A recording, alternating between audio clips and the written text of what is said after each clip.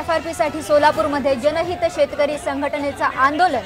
सहकार मंत्री चंद्रकांत पाटील यांची गाडी अडवली, पोलिसांनी केला लाठीमार, कार्यकर्त्यांना घेतलं ताब्यात।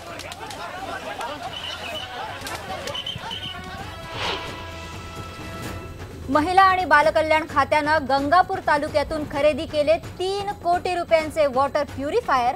कंपनीच्या पत्त्यावर आढळली झोपडपट्टी। पंकजा मुंडेंच्या समर्थनार्थ राष्ट्रीय समाज पक्षाचं चेंबूरमध्ये रास्ता रोको। प्रकरणामध्ये धनंजय मुंडे यांचा हात असल्याचा केला आरोप।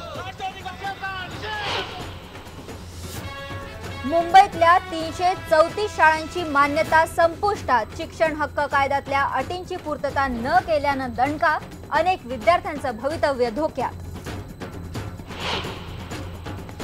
मी नथुराम गोडसे बोलतोय नाटकाची वादग्रस्त जाहिरात मागे घेण्याचं नाटकाच्या निर्मात्याचं आश्वासन।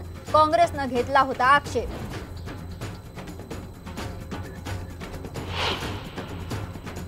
मुख्यमंत्री देवेंद्र फडणवीस अमेरिकेच्या दौऱ्यावर। शिष्टमंडळात अनेक खात्यांच्या सचिवांसह सुभाष देसाई आणि राधाकृष्ण विखे पाटील यांचाही समावेश।